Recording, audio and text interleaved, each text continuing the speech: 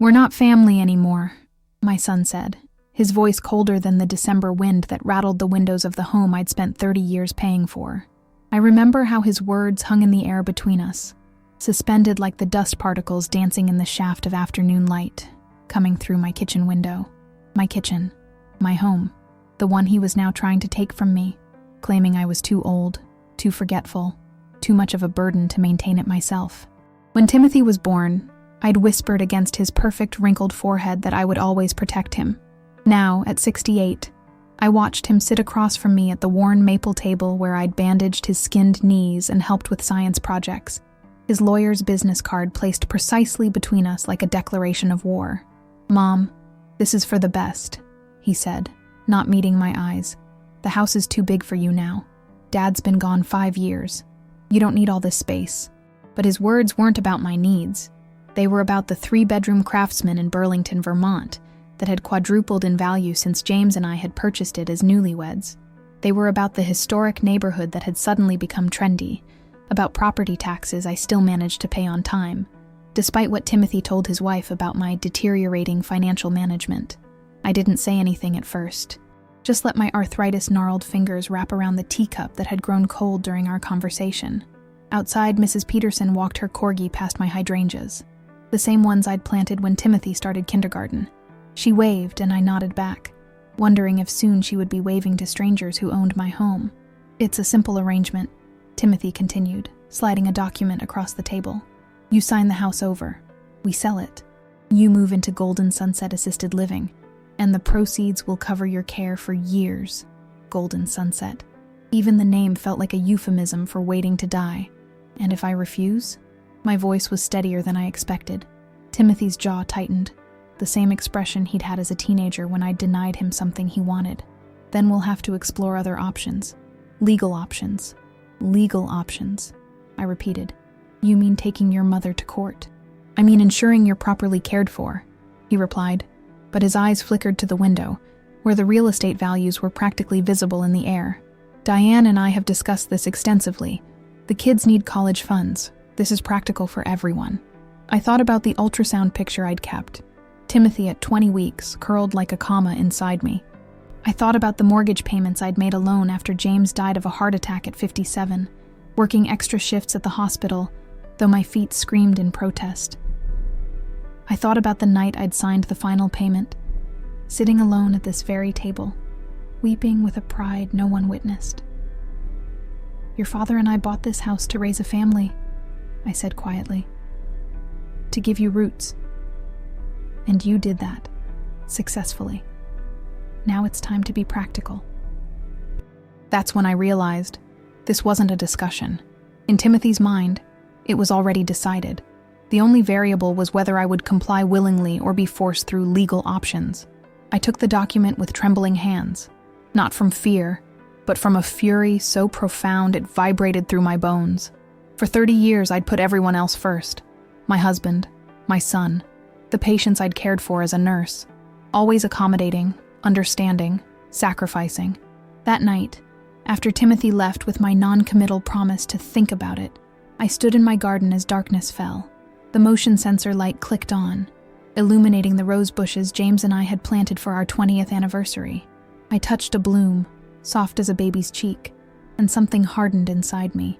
A resolve I hadn't felt since the day I'd faced down the hospital administrator who'd tried to deny care to a homeless man.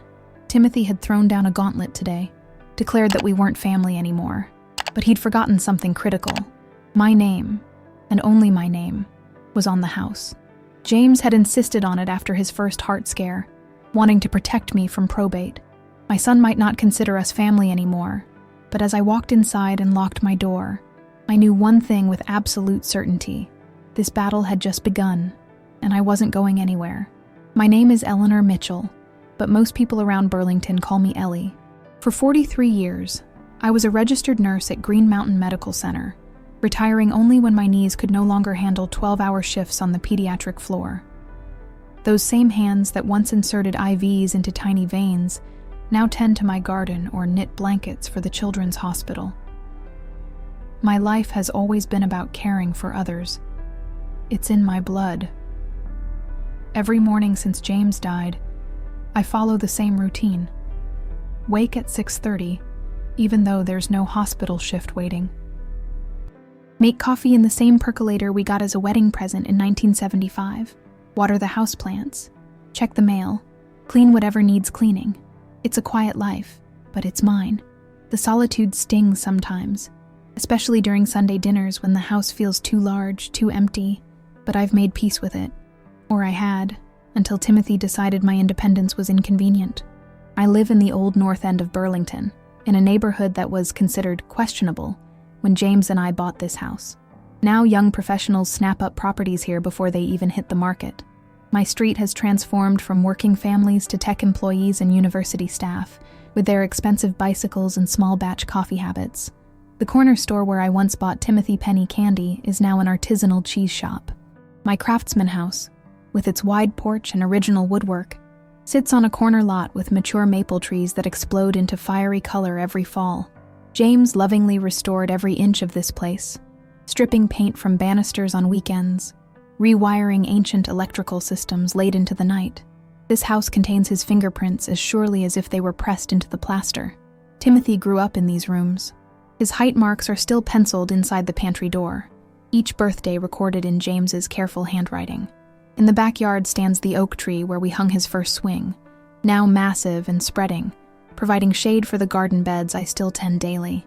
My arthritis makes it harder each year, but I refuse to give up the sweetness of homegrown tomatoes or the satisfaction of dirt under my nails. Since James's funeral, Timothy and his family visit for obligatory holidays: Thanksgiving, Christmas, sometimes Easter, if Diane's parents aren't hosting. His children, Madison and Jacob, are teenagers now, more interested in their phones than conversations with their grandmother. I don't blame them.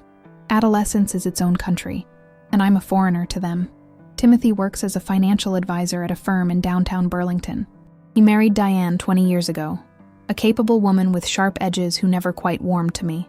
They live in a subdivision in South Burlington, in a house with an imposing entrance and no character. They lease new cars every 3 years and take vacations to resorts where everything is included. Their lives are carefully managed, sanitized of inconvenience. I was never an inconvenience before, just a holiday obligation. Until last year, when I fell in the shower and needed 8 stitches above my eye. Timothy arrived at the emergency room in a state between concern and annoyance, as if I'd scheduled my accident during his important client meeting.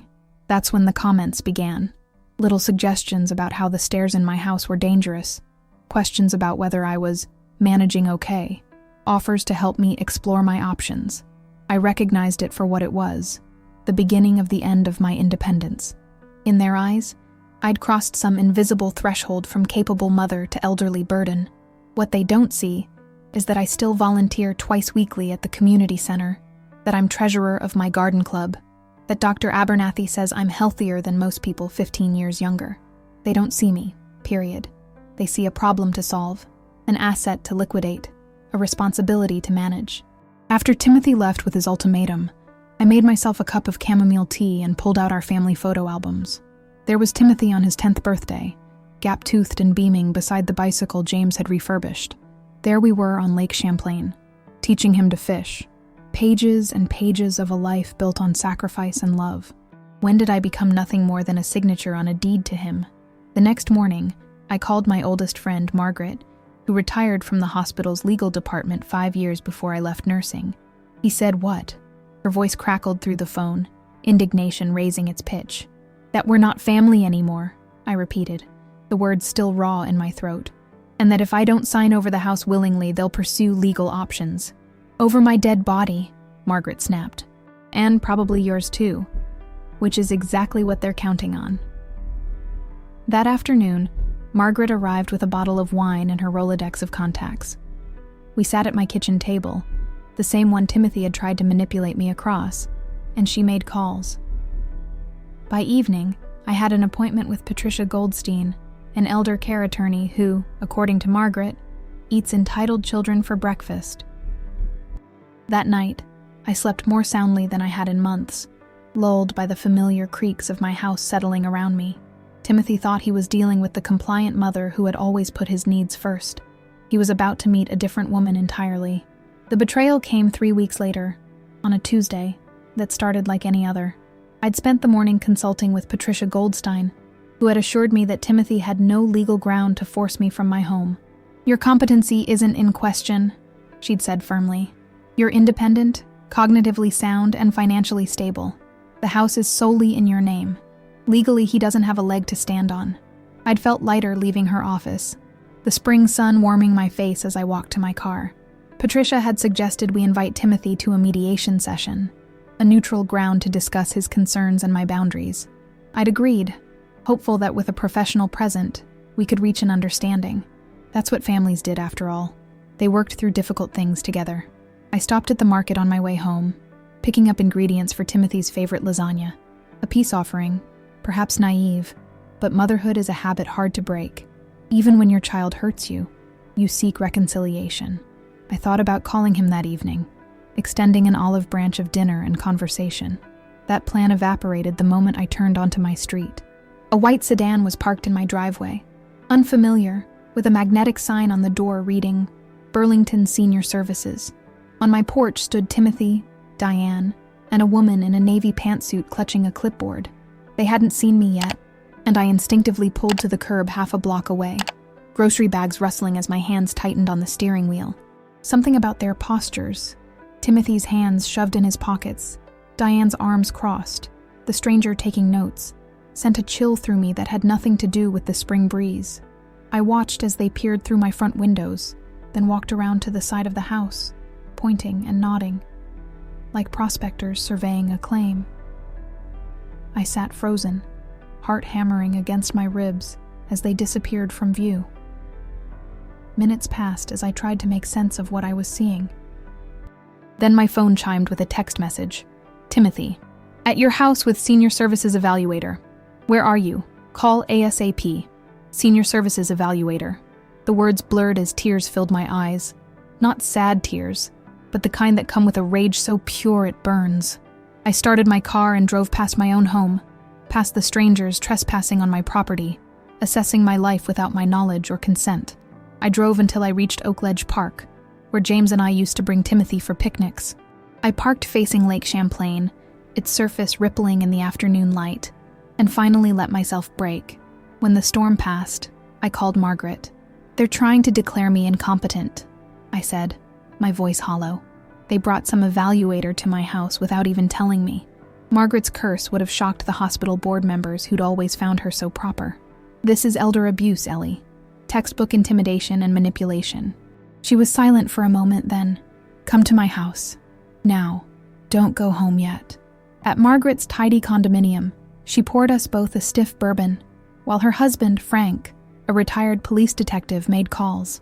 I sat at their kitchen island, still clutching my phone, which had accumulated 6 missed calls from Timothy. "They can't just declare you incompetent because they want your house," Frank explained, his voice gentle but firm.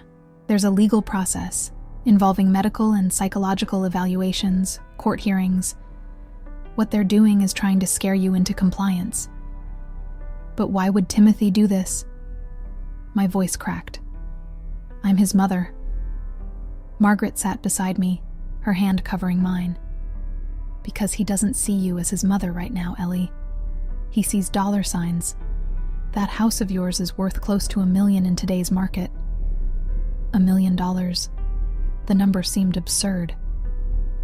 James and I had paid $47,000 in 1975, stretching our budget to the breaking point even then.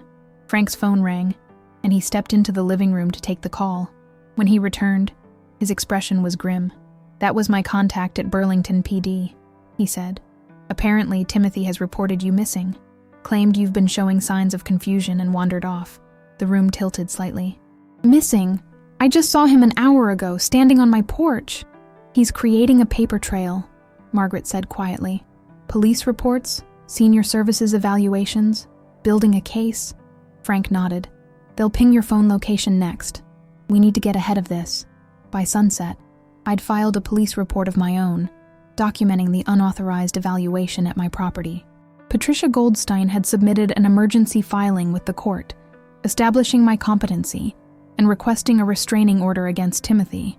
The officer who took my statement, a young woman with kind eyes, assured me that no one could remove me from my home without due process. "But he's my son," I kept saying, as if repeating it might make sense of this nightmare.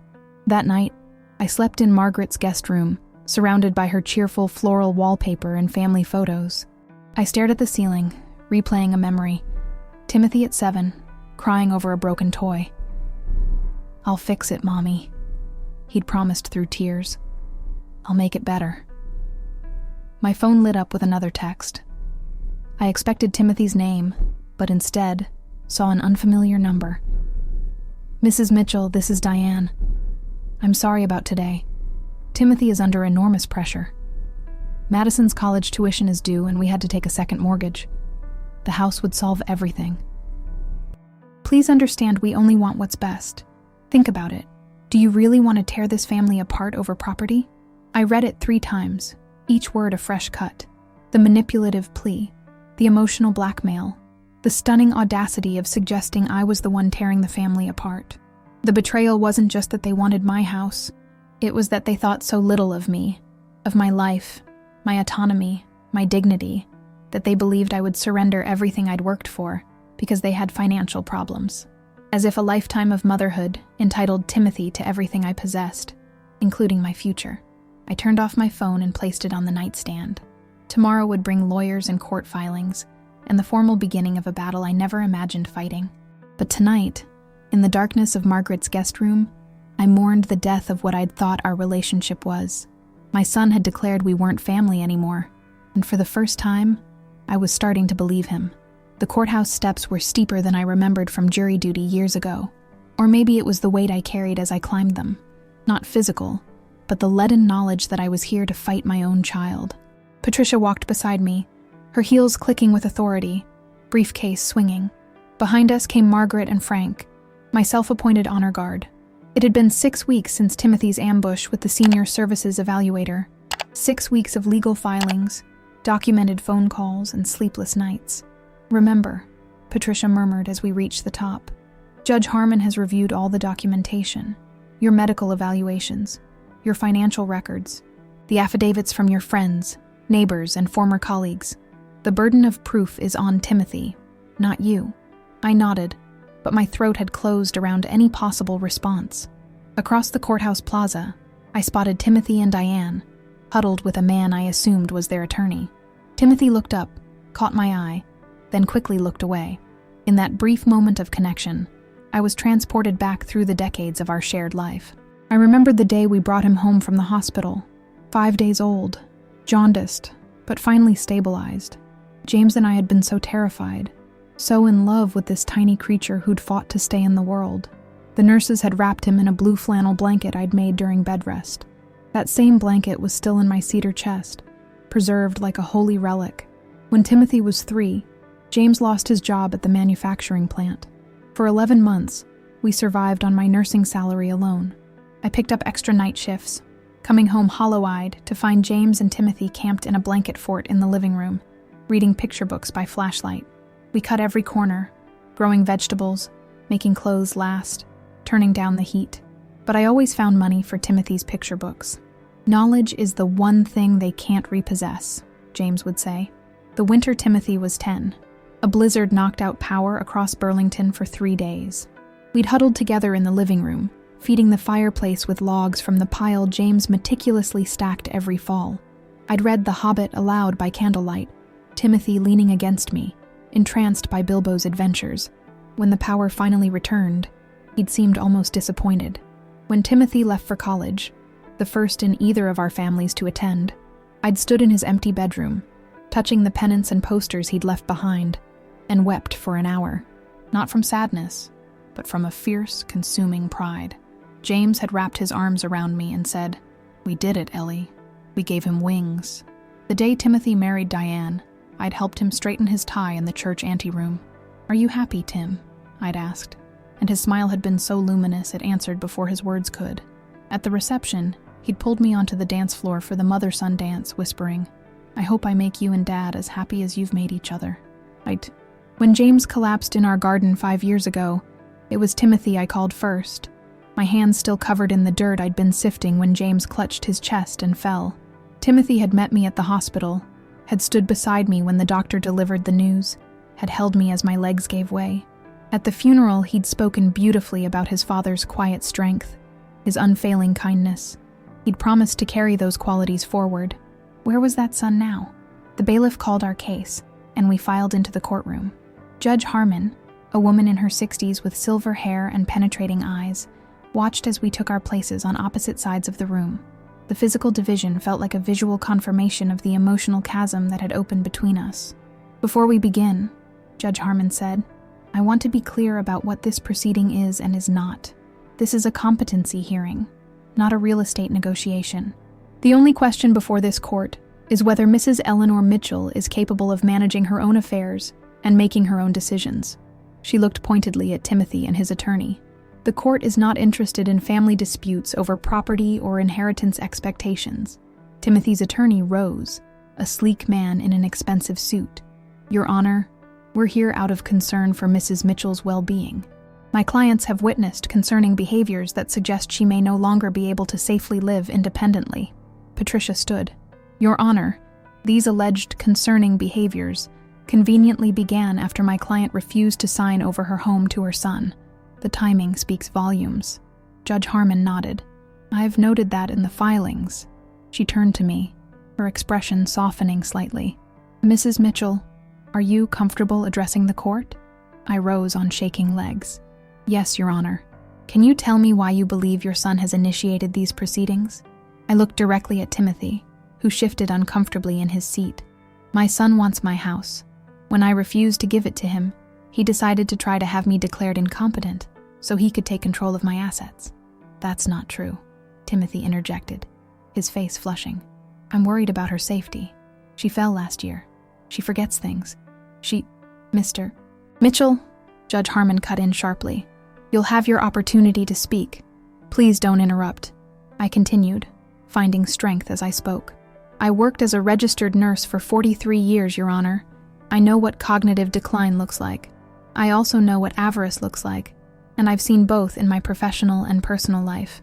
I told her about the mortgage James and I had struggled to pay, about the second job I'd taken after his first heart attack to make ends meet, about the home equity loan we'd taken to help pay for Timothy's college education, about the nights I'd sat at our kitchen table, calculator in hand, stretching dollars until they screamed.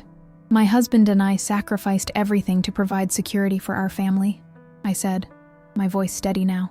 "That house represents not just financial security for my remaining years, but the culmination of a lifetime of work and love. It is my home, and it is mine." Judge Harmon listened intently. When I finished, she turned to Timothy. "Mr. Mitchell, can you explain why these concerns about your mother's competency arose precisely when she refused to give you her house?"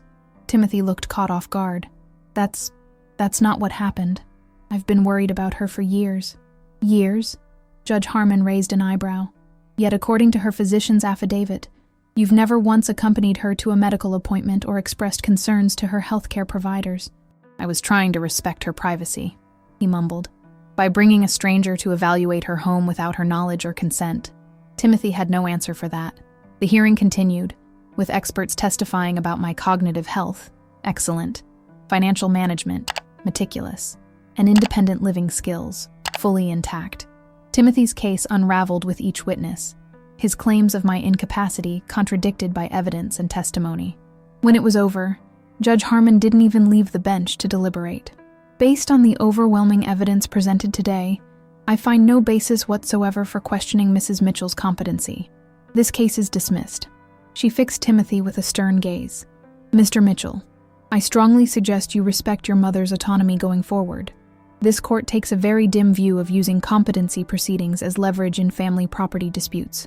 Outside the courtroom, Timothy and Diane hurried away without looking back. Margaret squeezed my hand. "You did it, Ellie." But it didn't feel like victory. It felt like loss.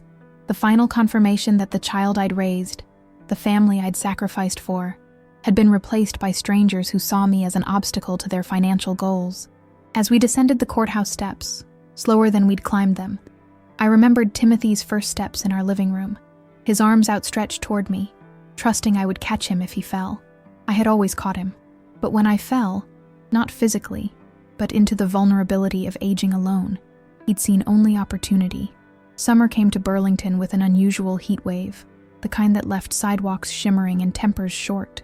3 months had passed since the courthouse victory, but it felt hollow. Timothy hadn't spoken to me since that day, and his silence was a wound that wouldn't heal. I'd sent birthday cards to my grandchildren with checks they never acknowledged, called Timothy's cell phone twice, leaving messages that received no response, sent an email suggesting family counseling that went unanswered. It was as if I'd ceased to exist for them, erased from the family narrative because I'd refused to be erased from my own life. July brought the annual neighborhood block party, a tradition since long before the area became fashionable. I'd always looked forward to it, the potluck tables stretching down the middle of the street, children running through sprinklers, neighbors catching up over lemonade and beer. This year, I almost didn't go. The thought of making small talk while carrying this invisible grief seemed impossible, but Margaret wouldn't hear of it. "You can't hide away, Ellie," she insisted on the phone that morning. "These are your neighbors, your community. Don't let Timothy take that from you, too." So I made my famous summer berry trifle, put on a flowered sundress, and walked the short distance to where canopies and tables were already set up. "Mrs. Peterson waved me over immediately, introducing me to new neighbors who'd moved in during the spring. I smiled and chatted, the social muscle memory taking over even as my heart wasn't in it. I was serving myself a plate of food when I heard a familiar laugh. Looking up, I saw Madison, my granddaughter, standing across the street with a group of teenagers. My heart lurched. She was taller than when I'd last seen her at Christmas, her hair now dyed a soft pink at the ends. Before I could think better of it, I set down my plate and walked toward her. "Madison," I called softly when I was a few feet away. She turned, and her expression cycled rapidly from recognition to shock, to something like panic. "Grandma," she said, glancing nervously at her friends. "What are you doing here?" "I live here, sweetheart. This is my neighborhood." I gestured vaguely toward my house, visible down the block. "I didn't know you were coming to the party." "I'm not," she said quickly. I'm just here with friends. Chloe lives over there." She nodded toward a Victorian that had been renovated last year. I wanted to hug her, to ask how her junior year had ended, if she was still playing soccer, whether she'd started looking at colleges. Instead, I just said, "It's good to see you. I've missed you." Something flickered in her eyes. Guilt? Regret? But before she could respond, a sleek SUV pulled up at the curb beside us. The window rolled down to reveal Diane, sunglasses pushed up on her head, expression tightening when she saw me. "Madison, let's go," she called sharply. "We're going to be late." Madison gave me an apologetic glance. "I have to go." "Wait," I said, reaching into my pocket. "I've been holding on to your birthday card, since you didn't get the one I mailed." I pulled out the envelope, a little creased from being carried in my purse for weeks in case I ran into her. She hesitated, then took it quickly, stuffing it into her bag. "Thanks," she mumbled. "Madison now," Diane repeated, her voice colder than the air conditioning spilling from her car window. As Madison moved toward the SUV, I found myself following, propelled by a sudden, desperate need to understand. "Diane," I called. "Please, can we talk? This isn't right. What's happening to our family?" Diane's face hardened. "There's nothing to discuss, Eleanor." Timothy made his position clear. "By cutting me out completely? After everything you put us through?" Her voice rose slightly, and I became aware of neighbors glancing our way. The legal fees, the stress, the public humiliation of that hearing. "Humiliation," I repeated, incredulous. "You tried to have me declared incompetent to steal my house." Madison's eyes widened. She looked between us, clearly hearing something she hadn't been told. Diane's knuckles whitened on the steering wheel. "Get in the car, Madison," she said, her voice deadly calm. "What is Grandma talking about?" Madison asked, not moving. "Nothing. Your grandmother is confused about what happened." Diane's eyes flicked meaningfully toward me, then back to Madison. "Remember what Dad said?" That's when I understood. They'd lied to my grandchildren about what had happened, constructed some narrative where I was the villain, or a pitiful, confused old woman who didn't know what was best for herself. "I'm not confused, Madison," I said, fighting to keep my voice steady. "Your parents wanted my house. When I wouldn't give it to them, they tried to have me declared mentally incompetent. Ask them to show you the court records if you don't believe me." "That's enough," Diane snapped. "Madison, get in the car right now." Madison, looking shaken, obeyed. As she slid into the passenger seat, she gave me one last glance, uncertain, questioning. "You should be ashamed of yourself," Diane hissed at me as she put the car in drive. "Trying to turn her against us with your twisted version of events." "The court records aren't twisted," I replied, but they were already pulling away, leaving me standing alone at the curb, acutely aware of the neighbors pretending not to watch this ugly scene unfold. I don't remember walking home, only that suddenly I was in my kitchen, hands braced against the sink, breath coming in short, painful gasps. The humiliation burned through me, not just the public spectacle at the block party, but the knowledge that Timothy and Diane had poisoned my grandchildren against me, rewritten our family history to cast me as either villain or victim, neither role recognizable as the woman, the mother, the grandmother I actually was. The doorbell rang an hour later.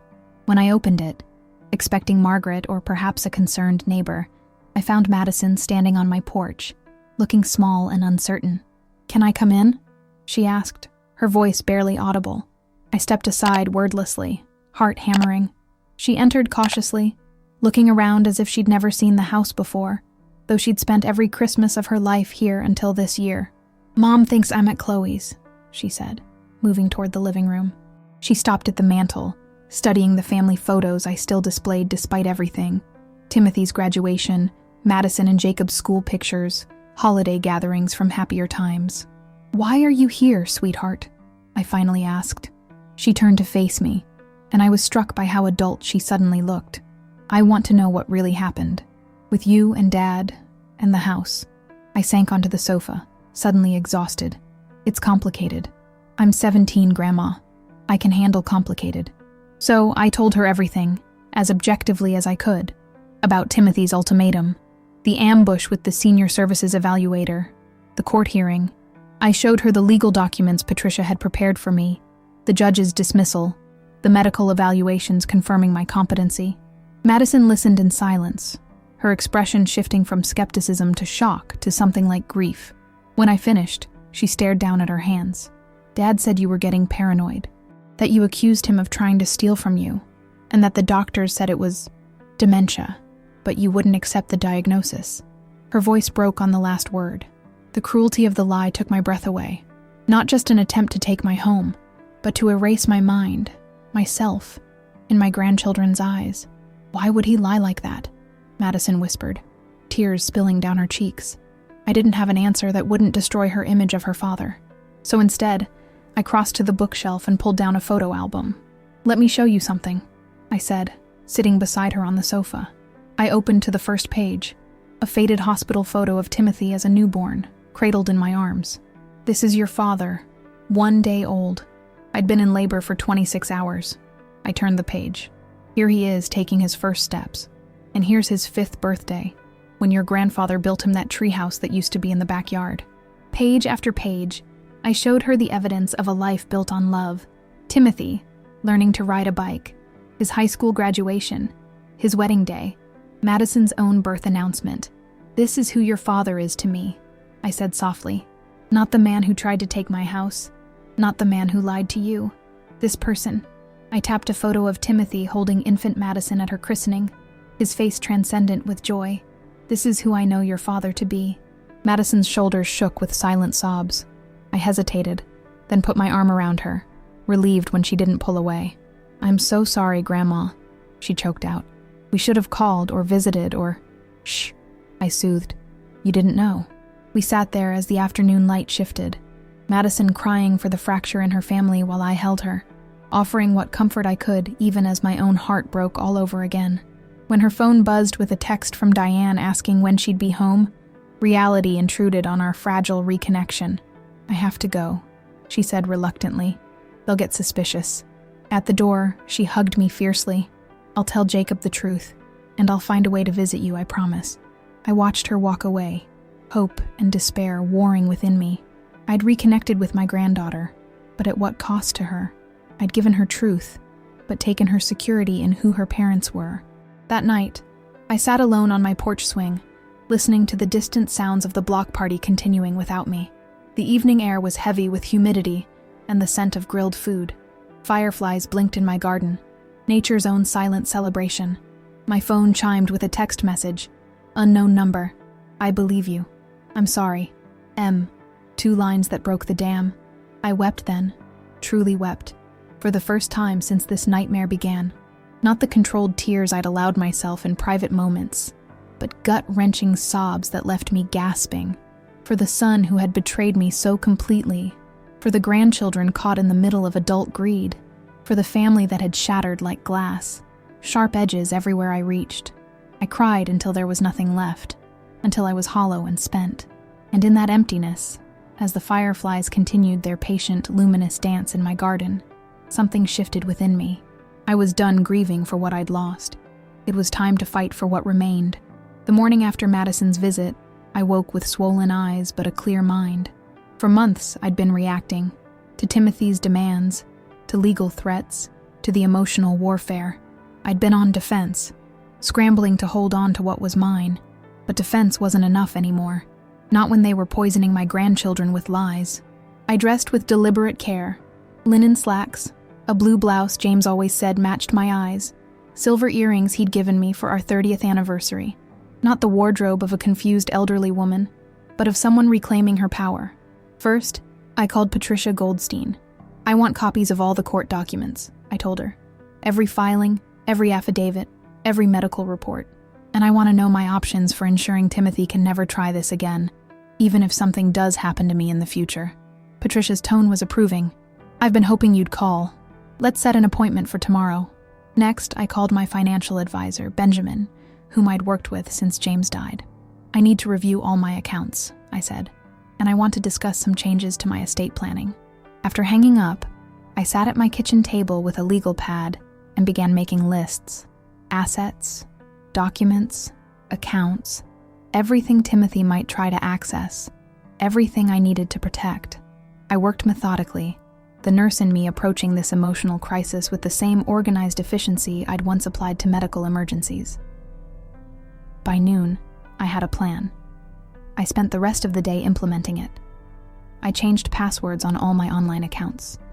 I gathered important documents: birth certificate, marriage license, property deed, insurance policies, and put them in a fireproof lockbox. I called my doctor and requested that my medical records be protected with additional security measures, accessible only with a password I created. As I worked, something strange happened. The grief that had been my constant companion since Timothy's betrayal began to transmute into something else. Not anger, exactly, though there was plenty of that. Something colder, more focused, determination. I had spent my entire adult life caring for others, my patients, my husband, my son. I had been the one who remembered birthdays, who sent care packages to college, who kept family traditions alive after James died. I had been the keeper of our history, the maintainer of our connections, the emotional caretaker who smoothed over conflicts and made sure everyone felt loved. And in return, Timothy had tried to erase me, to reduce me to a problem to be managed, an asset to be liquidated. No more. That evening, I walked through my house with new eyes, not seeing memories, but seeing value. The original hardwood floors Timothy and Diane had coveted, the craftsman details James had lovingly restored, the mature landscaping that increased the property's worth. In my bedroom closet, I found the jewelry box containing my grandmother's pearls, the ones I'd planned to give Madison when she graduated high school. I touched them gently, remembering how I'd shown them to Timothy when he was young, explaining their history and importance. He'd nodded solemnly, understanding even as a child that some things held value beyond their market price. When had he forgotten that lesson? I closed the jewelry box with a decisive snap. The next day, Patricia laid out my options with characteristic clarity. First, she said, tapping a folder on her desk, we've created a comprehensive estate plan that specifies exactly what happens to your assets in the event of your death or incapacity. It includes a living will, healthcare proxy, and power of attorney, none of which named Timothy. I nodded, relieved and saddened simultaneously. Second, we've drafted a letter to Timothy and Diane, outlining the legal consequences if they attempt to challenge your competency again without substantial new evidence. Judge Harmon's ruling gives us solid ground. Will they understand what it means? Patricia's smile was sharp. Their lawyer certainly will. And since we're copying him on the letter, he'll explain it to them in terms they can't ignore. What about Madison and Jacob? I asked. I want to protect my relationship with them. Patricia leaned back in her chair. That's trickier. They're minors, so their parents legally control access. But once Madison turns 18 next year, she can make her own decisions about seeing you. I thought of Madison's text. I believe you. 2 weeks had passed with no further contact, but those 3 words sustained me. What about the house itself? I asked. Can I protect it even after I'm gone? Patricia nodded. There are several options. We can create a trust that controls how the property is handled. You could specify that it can't be sold for a certain period, or that proceeds must be used for specific purposes. Like the grandchildren's education? Exactly. You can bypass Timothy entirely if that's what you want. The realization settled over me. I had power here. Not just the legal power of ownership, but the power to shape the future beyond my own lifetime. To ensure that what James and I had built together served purposes we would have approved of. That evening, I sat in James's old armchair, a glass of his favorite bourbon in my hand, and talked to him as I often did when faced with difficult decisions. You'd be so disappointed in him, James, I whispered to the empty room. The boy we raised. I don't know where that boy went. I took a sip, letting the liquor burn down my throat. But I can't keep looking for him. I can't keep hoping Timothy will remember who he is, who we raised him to be. I have to protect myself now. Protect what we built. The house creaked sympathetically, as it always did in the cooling evening air. I'm going to do what you always said. When someone shows you who they are, believe them. I raised my glass in a toast to my late husband's wisdom. Timothy has shown me who he is now, and I believe him. The next morning, I woke with purpose. I scheduled appointments with contractors to address the few maintenance issues Timothy had mentioned during his campaign to declare me incompetent. Replacing the porch railing, fixing a leak in the upstairs bathroom, updating some electrical outlets.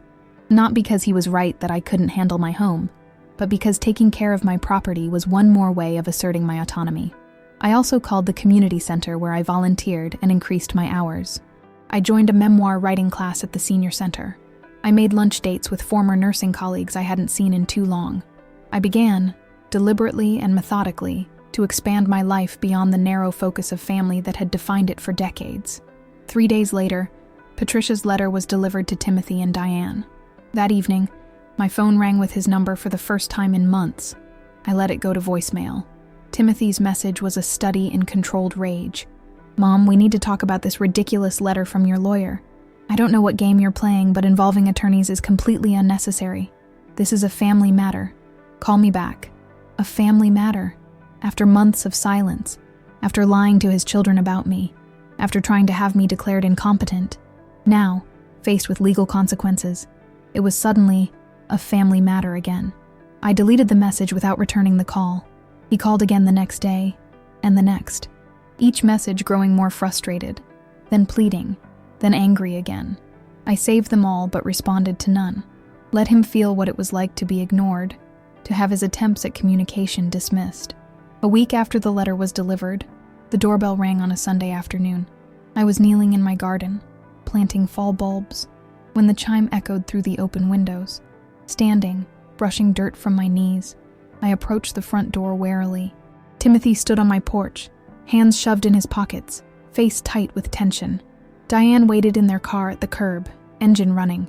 "Mom," he said when I opened the door, not stepping inside. "We need to talk about this trust thing your lawyer mentioned."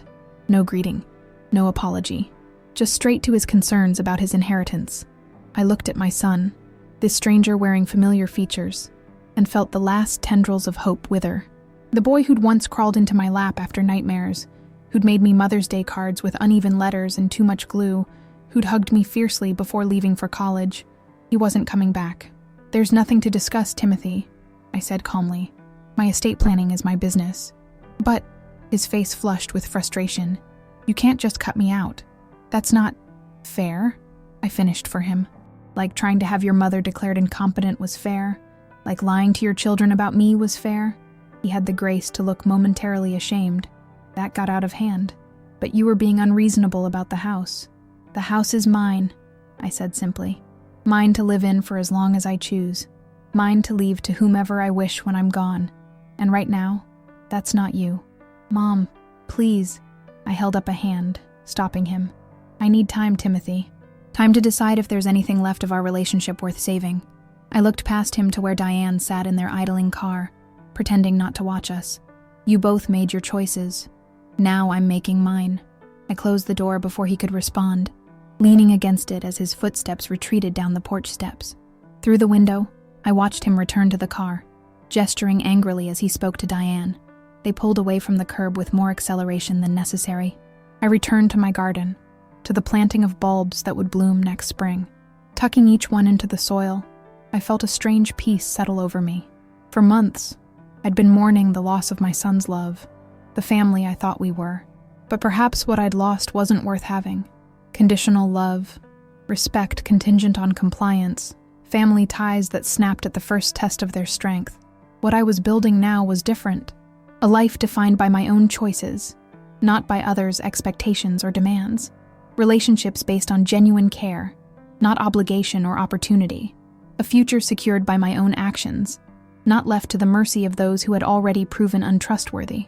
As the sun slanted lower, casting long shadows across my yard, I sat back on my heels and surveyed my work. Dozens of bulbs planted, invisible now but holding the promise of beauty to come. Patient, hidden, waiting for the right moment to emerge, like the new strength I felt growing within me. The first frost of October painted my garden with silver, the last marigolds bowing their heads in surrender. Nearly a year had passed since Timothy's ultimatum about the house. A year of legal maneuvers, fractured relationships, and painful growth.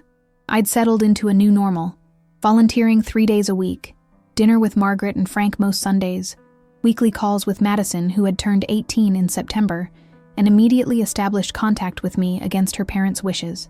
I was managing, surviving, but the weight of what I'd lost still pressed on me like a physical presence. Some mornings, I'd wake reaching for the phone to share news with Timothy, before remembering that wasn't possible anymore.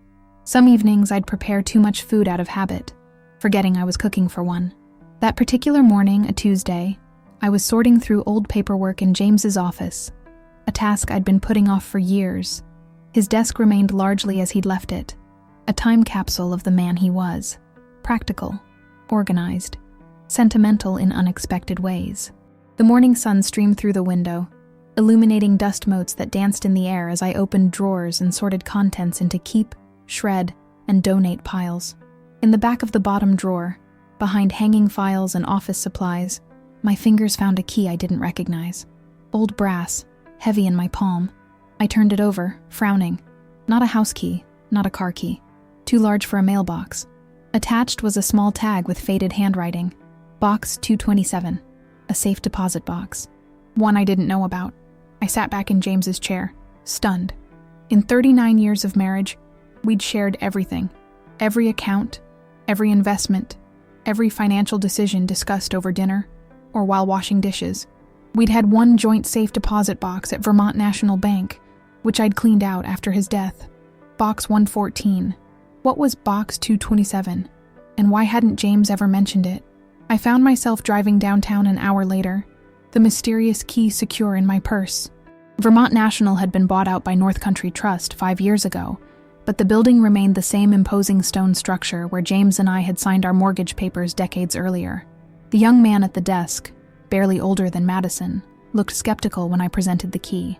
"This is an old style, ma'am. We switched to electronic access for most boxes during the merger, but some of the old ones might still be active?" I pressed. He tapped at his computer. "Let me check our records. Name? Mitchell. Eleanor Mitchell.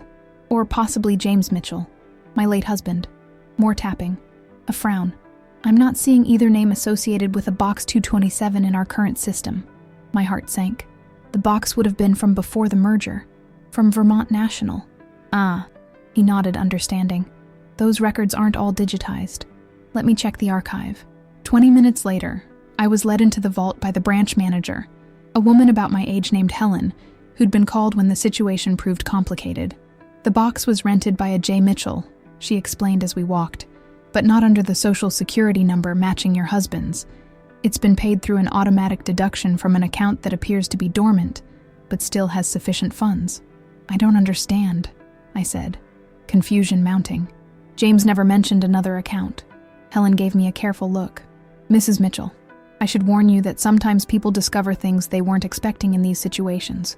Are you sure you want to proceed? My hand tightened around the key. Yes.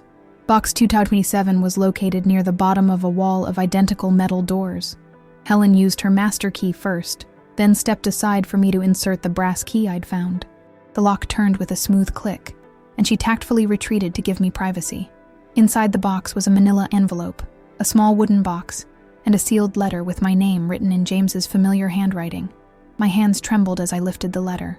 "My dearest Ellie," it began. "If you're reading this, I'm gone, and you found the key I kept hidden. I'm sorry for the secrecy, but I wanted to protect you. What's in this box isn't a betrayal, it's insurance." I read on, James's voice so clear in my mind, I could almost hear him speaking the words. He explained that early in his career at Burlington Manufacturing, he'd discovered financial irregularities, executives skimming from pension funds, falsifying safety reports, bribing inspectors. He'd collected evidence, intending to report it, but before he could, the company announced massive layoffs, including him. "They knew I knew," James wrote. The severance they offered came with strings, a non-disclosure agreement, a promise to never speak about what I'd seen. We had a 3-year-old son, a mortgage, medical bills from your mother's cancer treatments. I took the deal, Ellie. I sold my silence. Tears blurred my vision. I remembered that time, the stress etched on James's face, his uncharacteristic insomnia, the way he'd jumped every time the phone rang. I'd attributed it to the normal anxiety of job loss. I'd had no idea he was carrying this burden. The severance wasn't just money, the letter continued. They set up a special account, separate from our regular finances. Blood money, I called it. I couldn't bring myself to use it for daily expenses. It felt tainted, so I put it aside, let it grow, told myself maybe someday I'd find a way to make it right, to expose what they'd done without risking our family's security. I opened the manila envelope with shaking hands.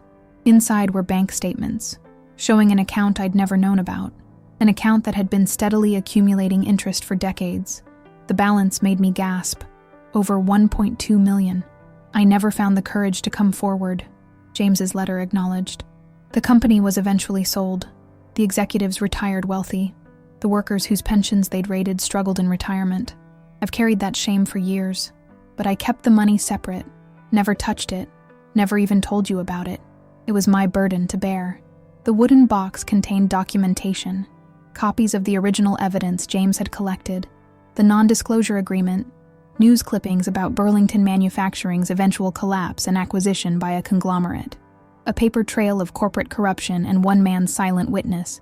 "If I died before finding my courage," James wrote, "I wanted this money to go to you, free from the shame I attached to it. You deserve security, Ellie, a safety net I couldn't provide through honest means. The NDA expires upon my death. The money is clean now, legally yours with no strings attached. Use it well. Forgive me for keeping this secret. I only ever wanted to protect you." I sat in the privacy cubicle of the bank vault for a long time, letter clutched to my chest, trying to process what I'd discovered. James, honest, principled James, had carried this secret our entire marriage, had protected me from both financial insecurity and his own moral compromise.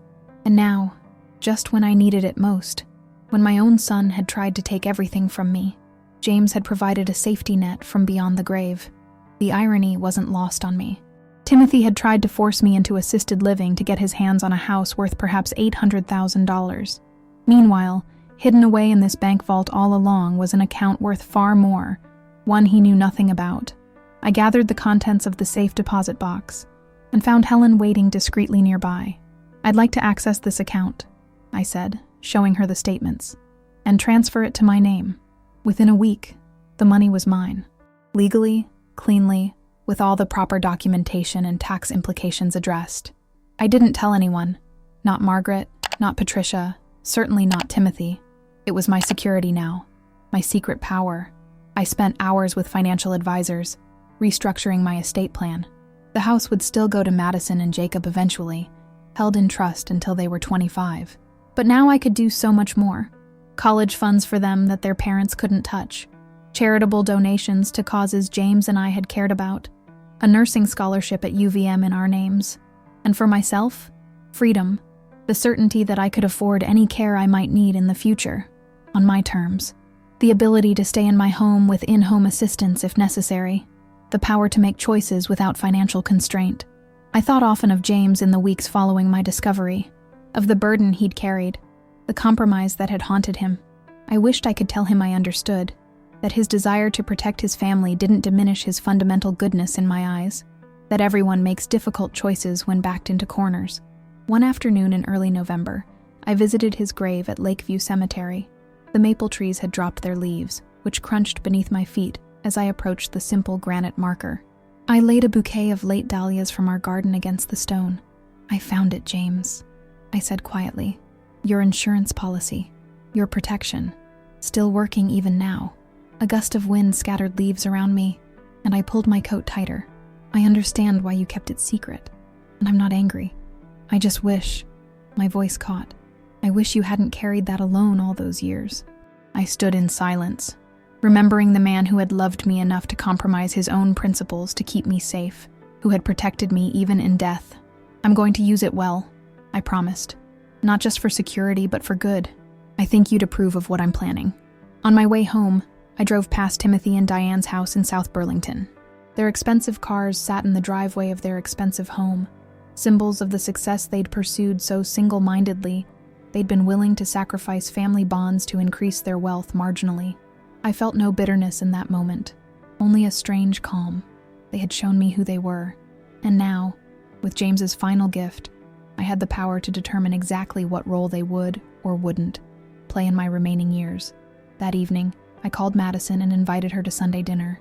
"Bring Jacob if he wants to come," I said. "I'm making pot roast." "Really?" Her voice brightened. "Dad's been weird about us seeing you. You're 18 now," I reminded her, "and Jacob will be soon. You can make your own decisions." "I'll be there," she promised. "Not sure about Jake, but I'll ask him." After we hung up, I walked through my house, my secure, protected house, touching familiar surfaces, greeting old memories. In the study, I opened the desk drawer where I'd found James's key and placed the letter he'd written me inside. Then, I took out a fresh sheet of stationery and began a letter of my own to Madison and Jacob, a letter explaining their grandfather's legacy, the trust I was establishing for them, the values I hoped they'd carry forward, not out of obligation, not out of guilt, but out of the same love that had driven James to protect me, even knowing I might never discover his sacrifice. Outside, the first snowflakes of winter began to fall, dusting my garden with white. I watched them through the window, feeling neither old nor vulnerable, but powerful, seen, protected, ready for whatever came next. The holidays loomed like storm clouds on the horizon. Thanksgiving was 2 weeks away, Christmas following close behind. The first holiday season in my adult life I wouldn't share with Timothy.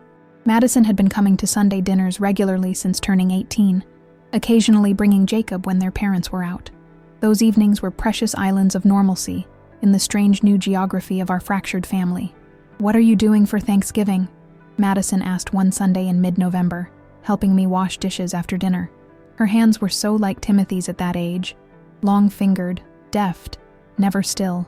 "Margaret and Frank invited me to join them," I said, passing her a plate to dry. "I'll probably go." Madison bit her lip.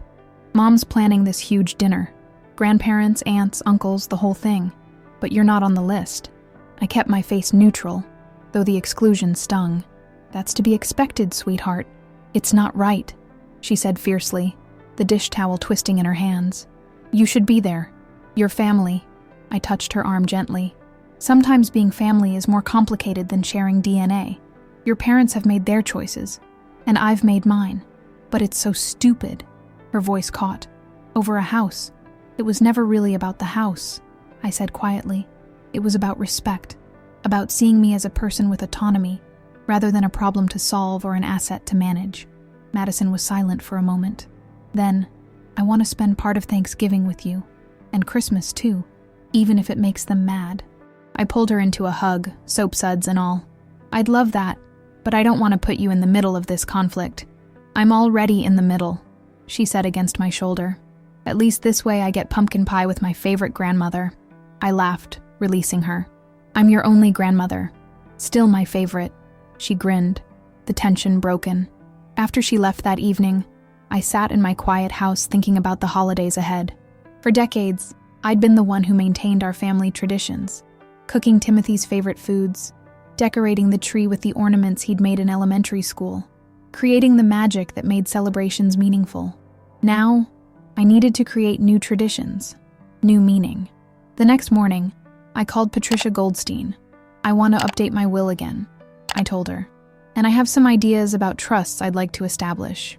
With James's secret account now mine, I had options I hadn't before." After consulting with Patricia and financial advisors, I set up educational trusts for Madison and Jacob that would pay for their college and graduate education if they chose to pursue it.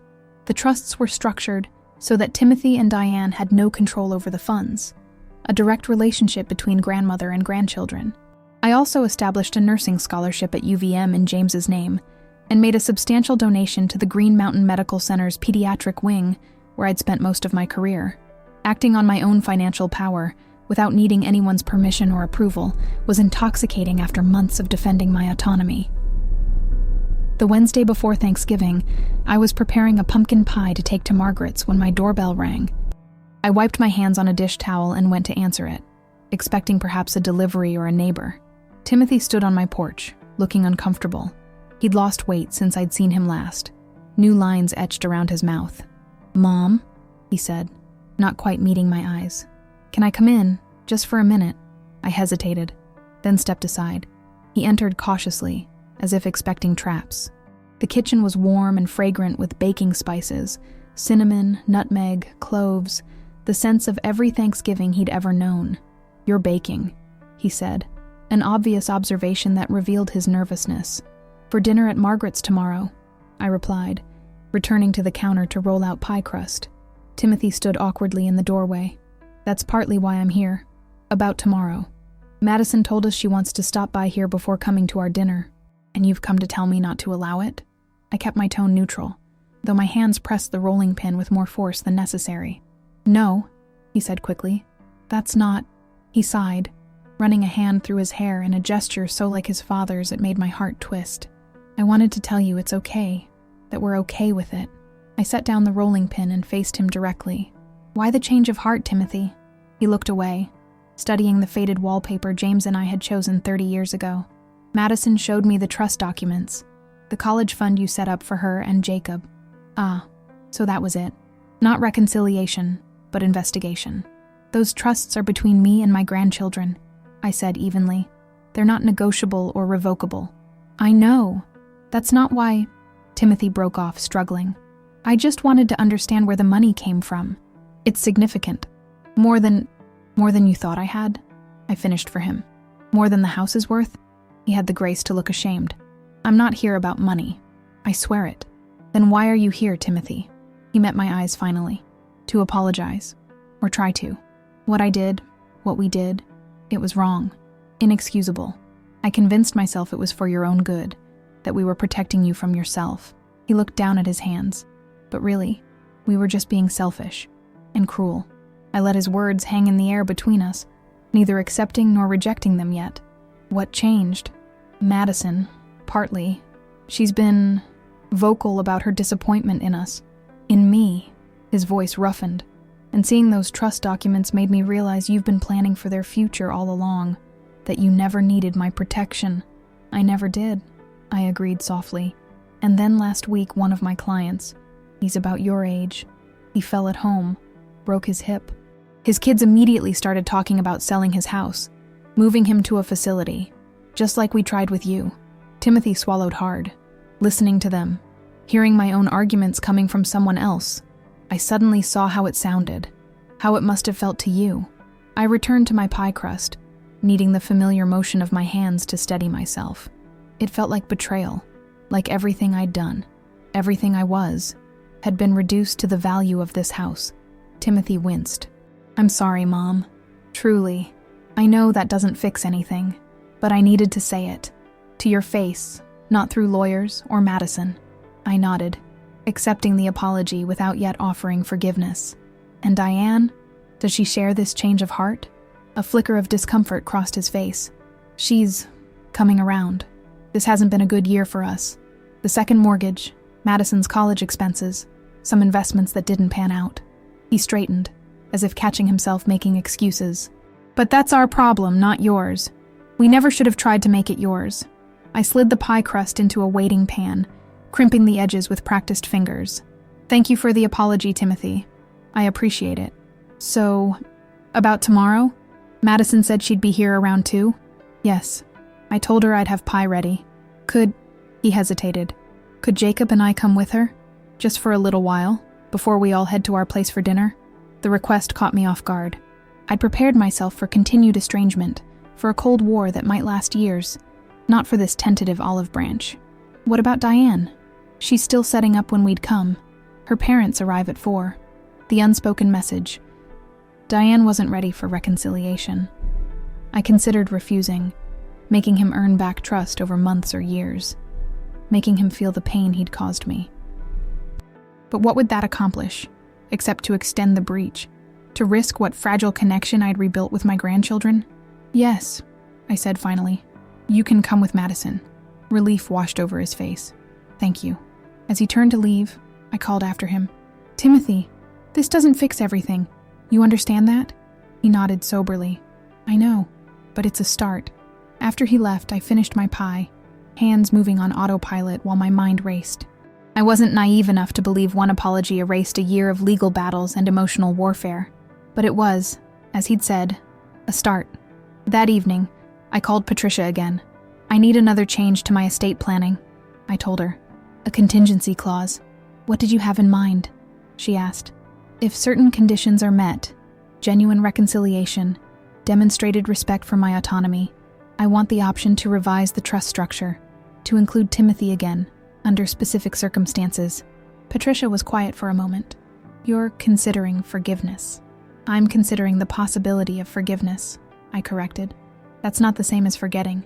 I'll draft something, she promised. But Ellie, be careful.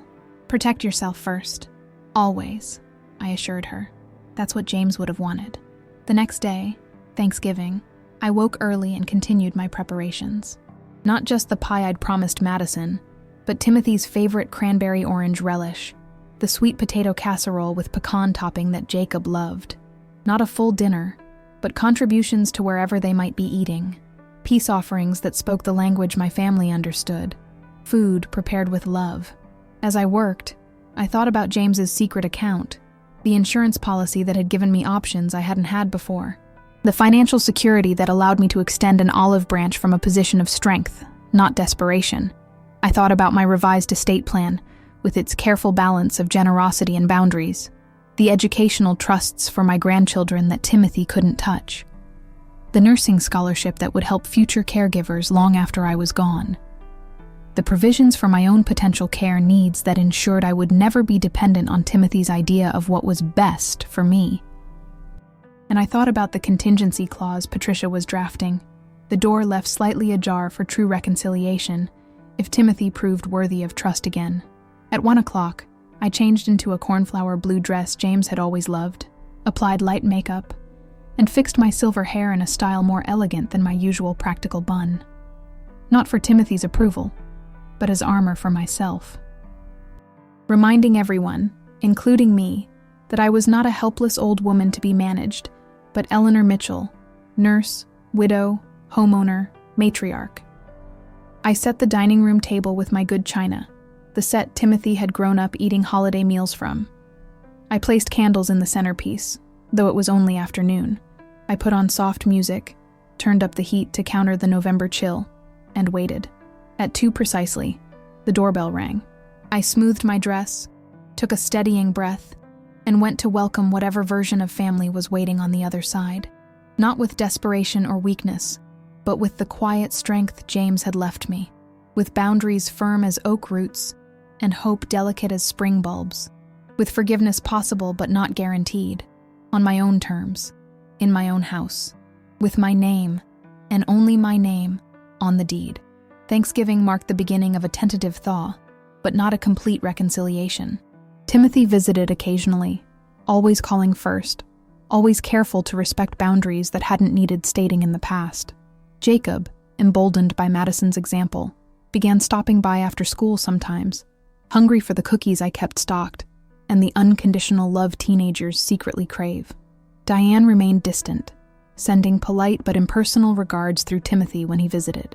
Christmas approached with its complicated choreography of expectations. Madison asked if she could spend Christmas Eve with me, a tradition in our family, but Timothy countered with an invitation for me to join them at their house instead. A fresh start, he suggested during a December visit. Neutral territory. I understood the olive branch he was extending, but felt the thorns hidden within it. Their house had never been neutral territory to me. It was Diane's domain, designed and maintained to her exacting standards, with nothing of the lived-in comfort of my own home. And spending Christmas Eve there would mean surrendering the traditions I'd maintained. The specific ornaments hung in the specific order, the reading of A Christmas Carol by the fire, the midnight hot chocolate with tiny marshmallows. I appreciate the invitation, I told him, but Christmas Eve has always been here. That's one tradition I'm not ready to change. He looked disappointed but nodded. I understand. You're all welcome here, I added. All of you, including Diane, the unspoken addition. I'll talk to Diane, he promised, though his expression wasn't hopeful.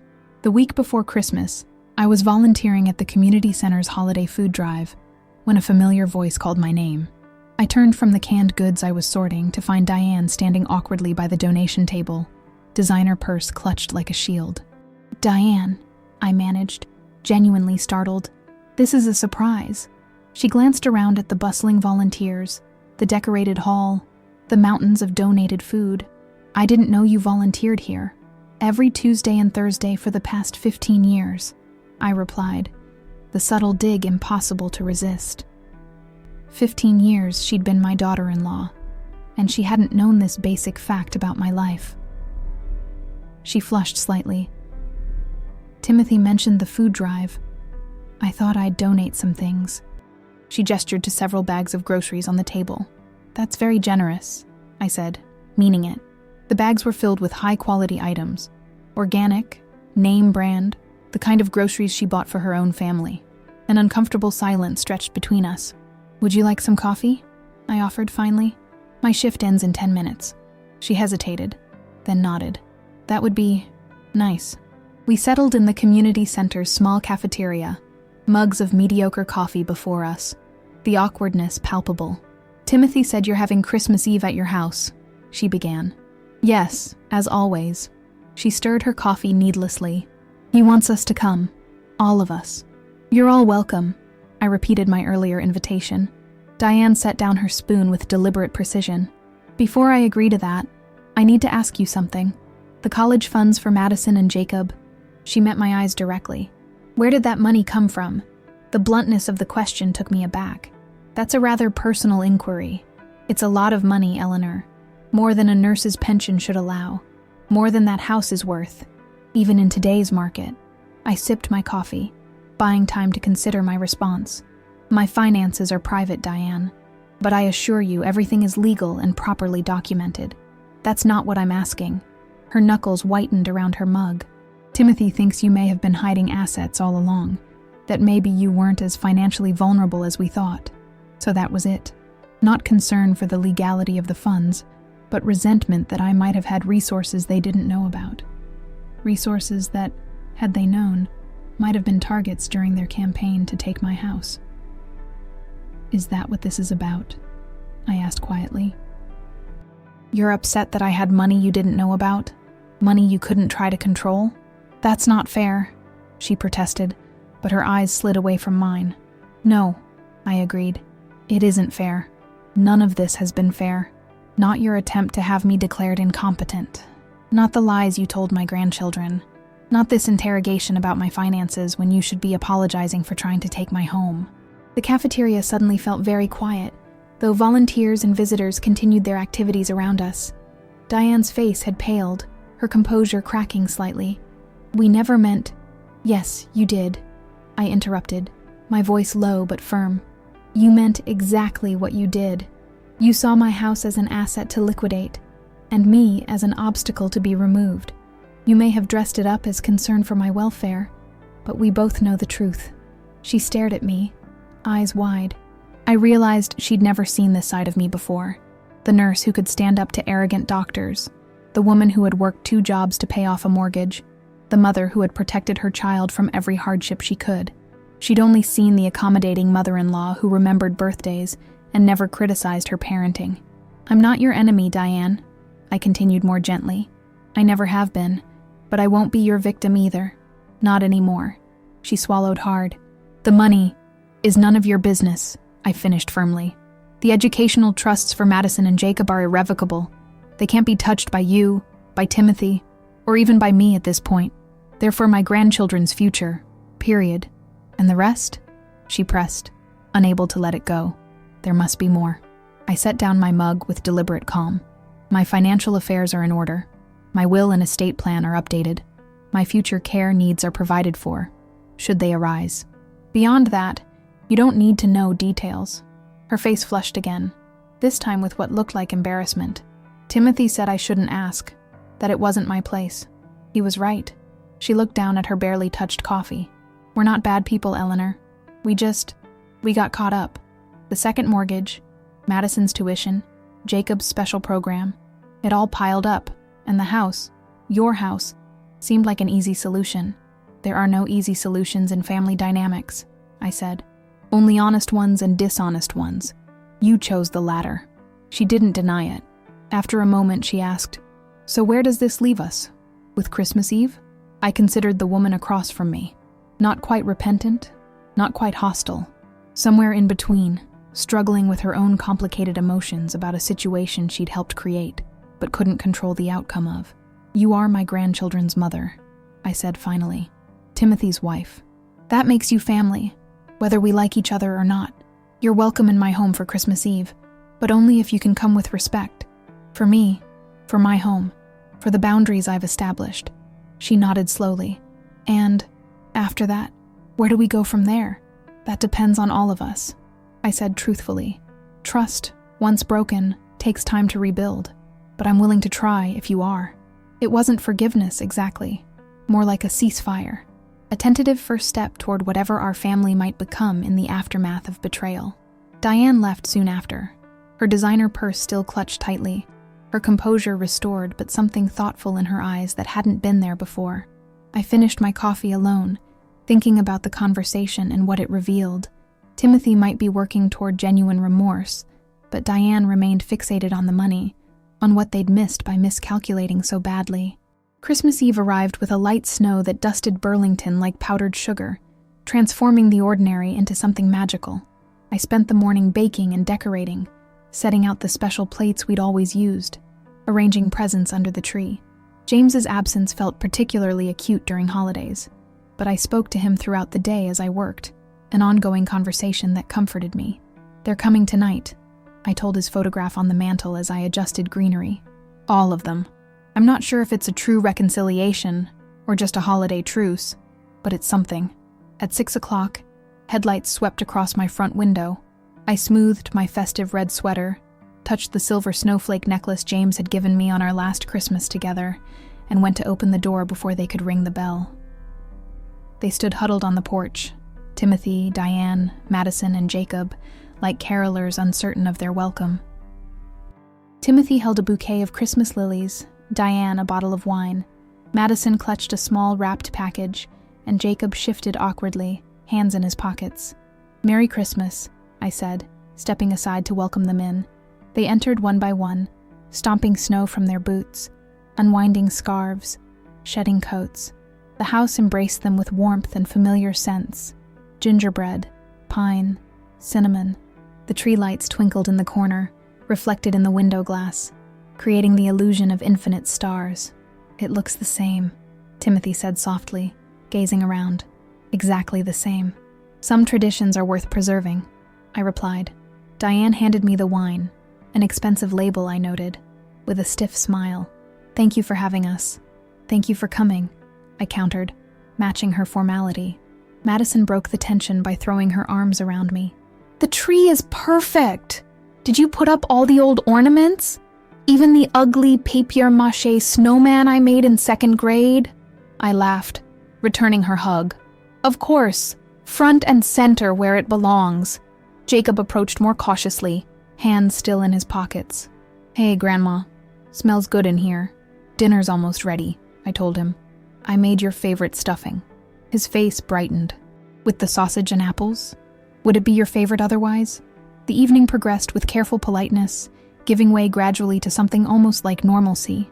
We ate the traditional foods, admired the traditional decorations, followed the traditional schedule of dinner, then presents, then dessert by the fire. But beneath the familiar rhythms ran an undercurrent of awareness, of all that had happened, all that remained unresolved. After dinner, while Madison and Jacob were examining the ornaments on the tree, Diane unexpectedly joined me in the kitchen as I prepared coffee. "This is not what I expected," she admitted, leaning against the counter. "What did you expect?" I asked, measuring grounds into the filter. She shrugged slightly. "More tension. More, I don't know, reminders of everything that happened." "Would that have been helpful to anyone?" "No," she acknowledged, "but it would have been understandable." I turned to face her. "I'm not interested in punishing any of you. That was never my goal. I just wanted to protect what's mine. My home, my autonomy, my dignity." She nodded slowly. "I think I'm beginning to understand that." She hesitated, then added, "Timothy said you've established a contingency clause in your estate planning. Something about reconciliation conditions. So he'd told her about that. Interesting. That's between me and my attorney," I said mildly.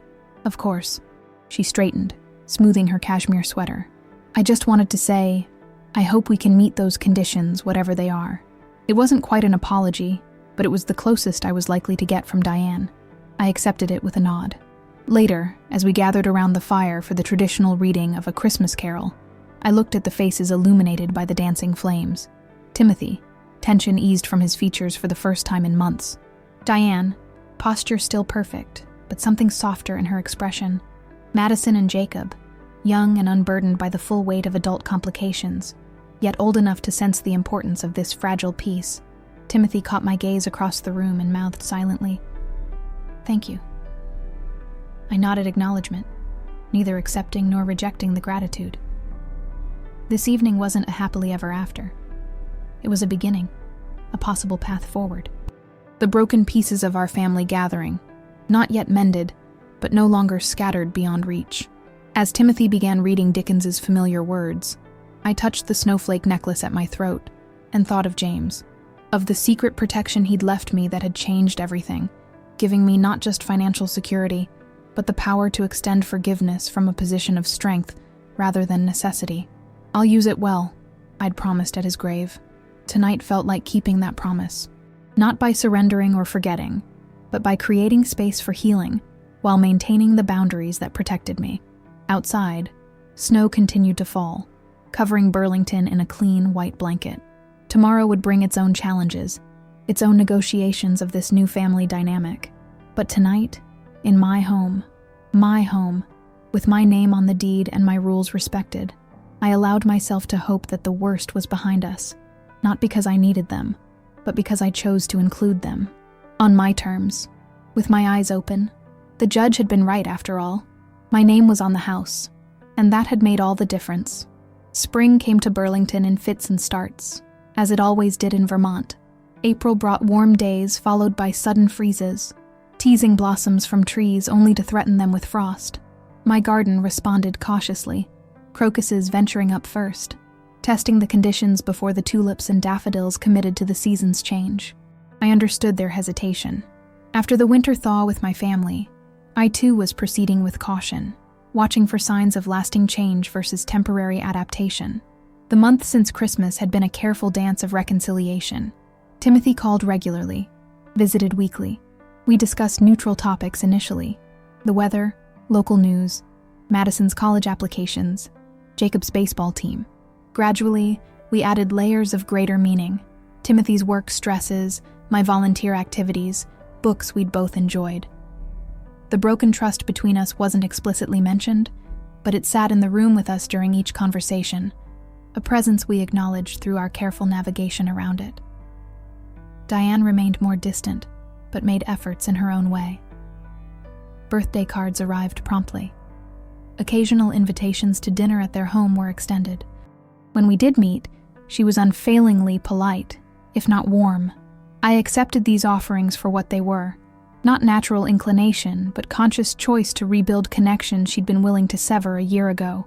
Madison visited most frequently, often bringing homework to spread across my kitchen table, working while I cooked or gardened nearby. Sometimes she asked for advice about college choices, friend dramas, her uncertain future plans. Sometimes she just wanted quiet company, the comfort of being with someone who expected nothing from her but her presence. Dad and Mom are different with each other now, she observed one April afternoon, looking up from her calculus homework. Since everything that happened with you and the house, less, tense about money all the time. I continued deadheading the potted geranium on the windowsill, giving her space to continue if she wanted to. Dad talked to me about it a little, she went on. He said it made them reevaluate their priorities, that they'd gotten caught up in keeping up appearances, taking on too much debt for things they didn't really need. I nodded. Financial pressure can distort people's thinking, make them see solutions that aren't really solutions at all. Like trying to take your house, she said bluntly. I met her eyes. Yes, like that. She twirled her pencil thoughtfully. He's really sorry, Like, genuinely sorry. Not just sorry they got caught sorry. I believe that, I said. And I did. Timothy's remorse seemed authentic, his efforts at rebuilding our relationship consistent. Are you still mad at them? I considered the question, wanting to give her an honest answer. Not mad, exactly. Hurt still, yes. Cautious, but not angry anymore. She seemed satisfied with that answer. Good, because I need you all to be okay for graduation, and for when I go to college in the fall. I smiled at her practical concern. We'll be okay. Different than before, but okay. That evening, after Madison had gone home, I sat on my porch swing watching twilight settle over the neighborhood. The same porch where Timothy had stood a year ago, demanding I give up my home. The same swing where I'd wept after discovering his betrayal. Now it was just a porch again. Just a swing. The emotional charge of those memories fading with time and healing. My phone rang. Patricia Goldstein. Good news, she said without preamble. The Nursing Scholarship Fund is officially established and accepting applications for fall semester. That's wonderful, I said, genuine pleasure warming my voice. Part of James's secret account had gone to establish the Eleanor and James Mitchell Nursing Scholarship at UVM, supporting students committed to geriatric care, a fitting legacy for a nurse who'd spent decades caring for others, funded by money that had brought James such private shame. The university wants to do a small ceremony, Patricia continued. Recognition of the donor, that sort of thing. Are you comfortable with that? It would mean making public the size of the donation. I considered the implications. Until now, the exact amount of James's secret account had remained private, known only to me, my financial advisors, and my attorney. I'd never told Timothy or Diane the full extent of the funds, allowing them to speculate but never confirming their suspicions. Yes, I decided. I'm comfortable with that. A public ceremony would mean Timothy and his family would finally learn exactly what they'd missed in their grasp for my house. Not from me telling them with any hint of triumph, but through natural community recognition of a substantial gift. It felt right somehow. The final piece of the puzzle revealed not as a weapon, but as a contribution to the greater good. Excellent, Patricia said. I'll let them know. And Ellie? Her voice softened. James would be proud of how you've handled all of this. After we hung up, I remained on the porch as darkness fell completely, thinking about the journey of the past year. From the moment of Timothy's betrayal to this point of tentative healing, with all the painful revelations and difficult growth in between, I'd discovered strengths I hadn't known I possessed. The capacity to stand firm against those I loved when necessary, the ability to protect myself without becoming bitter, the courage to offer second chances without forgetting the lessons of the first. I'd also discovered James's final gift, not just the financial security that had changed my position so dramatically, but the realization that even good men sometimes made compromises they regretted. That love sometimes meant carrying burdens alone to protect others. That redemption could come in unexpected ways, long after the opportunity for direct amends had passed. The scholarship ceremony was scheduled for late May, when Vermont would be in full bloom. I sent invitations to Timothy and his family, to Margaret and Frank, to my former colleagues from the hospital. I wanted them all there, witnesses to this closing of one chapter and opening of another. The day arrived warm and clear, campus trees lush with new leaves, flower beds bright with color. I dressed carefully in a blue suit I'd purchased specifically for the occasion. A silver pin James had given me on our 35th anniversary fastened at the lapel. Timothy, Diane, Madison, and Jacob met me at the entrance to the university center where the ceremony would be held. Timothy looked handsome in a charcoal suit, Diane elegant in a tailored dress. The grandchildren were polished versions of themselves. Madison's usual casual style upgraded to a sundress. Jacob's sports clothes exchanged for khakis and a blazer. "You look beautiful, Mom," Timothy said, kissing my cheek. "Very distinguished," Diane added, her eyes taking in the quality of my new suit, the professional styling of my hair. I saw the questions in her gaze. How long had I had access to the means for this level of self-presentation? Had I been hiding resources even before discovering James's account? But she didn't ask, respecting the boundaries we'd established since Christmas.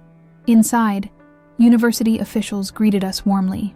The president, dean of the nursing school, and development director all made a point of thanking me personally before the ceremony began.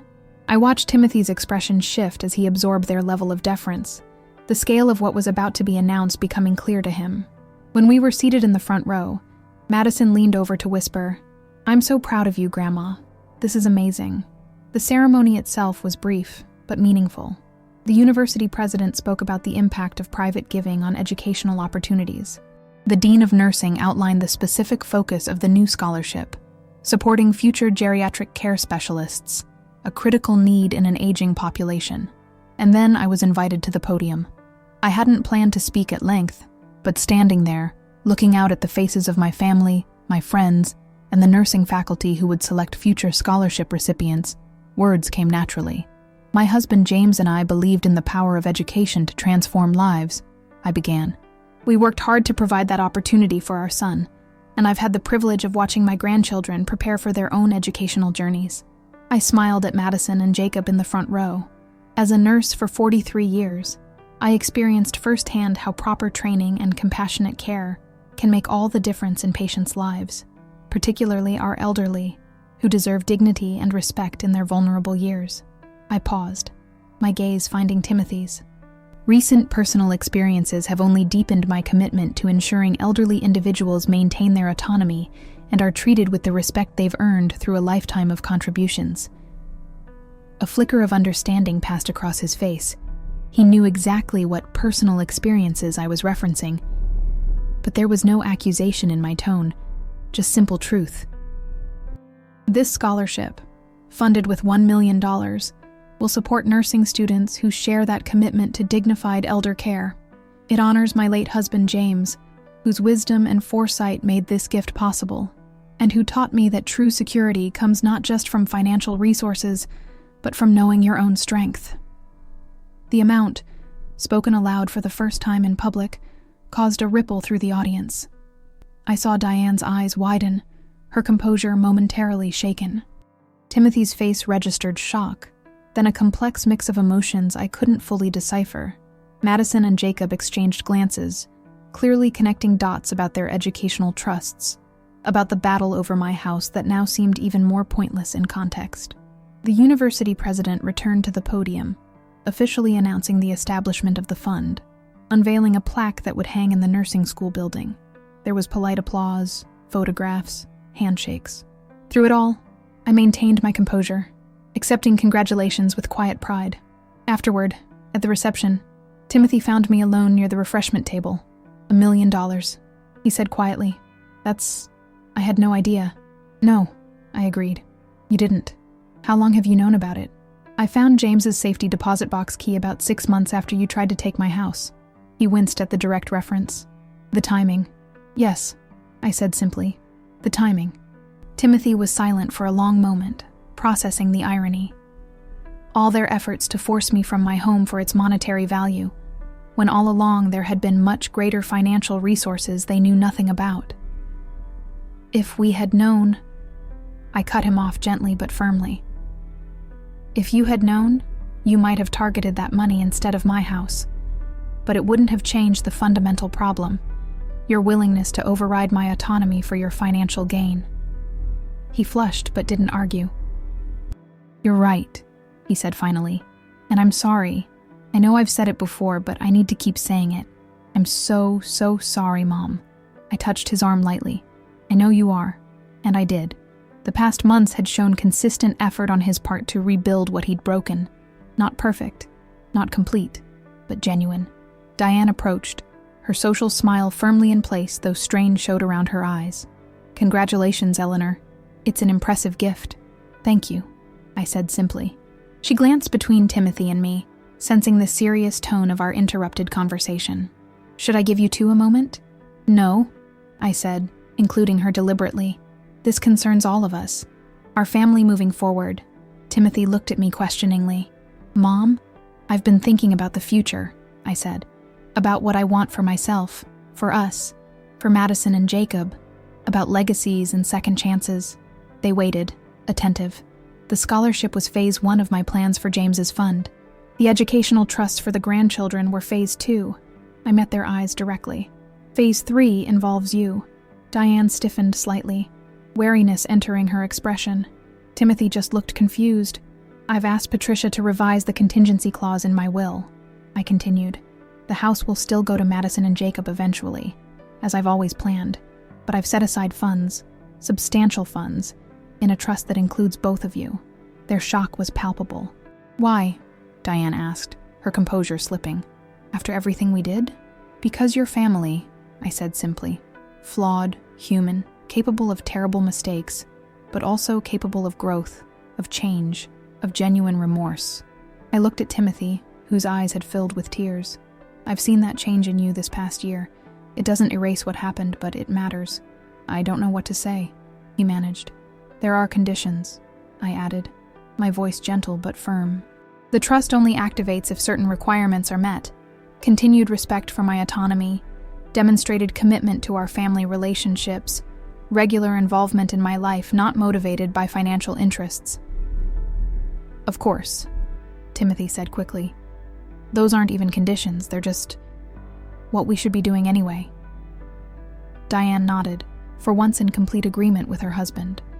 We'll honor that, she said, and I thought I detected genuine emotion beneath her carefully controlled exterior. I believe you will, I said, surprising myself with how much I meant it. Later, as the reception wound down and we prepared to leave, Madison linked her arm through mine. So that's where my college fund came from, she said. Grandpa's secret account. Yes, I confirmed. He was protecting me, in his way, making sure I'd be secure no matter what. And now you're using it to protect all of us, she observed. The scholarship students, me and Jacob, even Mom and Dad after everything. Protection takes many forms, I said. Sometimes it's financial security. Sometimes it's holding people accountable so they can become better versions of themselves. She squeezed my arm. You're pretty amazing, Grandma. I'm just a woman who learned to stand her ground, I replied. There's nothing more powerful than that. As we walked out into the May sunshine, my family surrounding me, I felt James's presence strongly, not as a ghost or a supernatural visitation, but as the enduring impact of his love. His final gift hadn't just been the money that changed my circumstances so dramatically.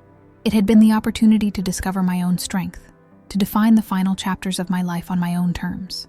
Timothy held the car door for me, a small courtesy that now carried deeper meaning. Respect freely given, not compliance demanded. Diane smiled at me over the roof of the vehicle. The tension that had always characterized our relationship noticeably softened. Madison and Jacob argued good-naturedly about who would sit where, the ordinary squabbles of siblings untouched by the adult complications that had threatened to fracture our family permanently. We weren't perfect. The wounds hadn't disappeared entirely, just formed scars that would always mark where breaks had occurred. But we were healing, finding a new way forward that honored both the painful past and the potential future. As I settled into the passenger seat, I caught a glimpse of my reflection in the side mirror. Silver hair, lines of experience mapping my face, eyes clear and direct. I recognized the woman looking back at me, not a victim, not a burden, not an obstacle to be managed or an asset to be liquidated. Just Eleanor Mitchell, nurse, mother, grandmother, homeowner, a woman who had faced betrayal and emerged stronger, who had found power in her pain and grace in her response.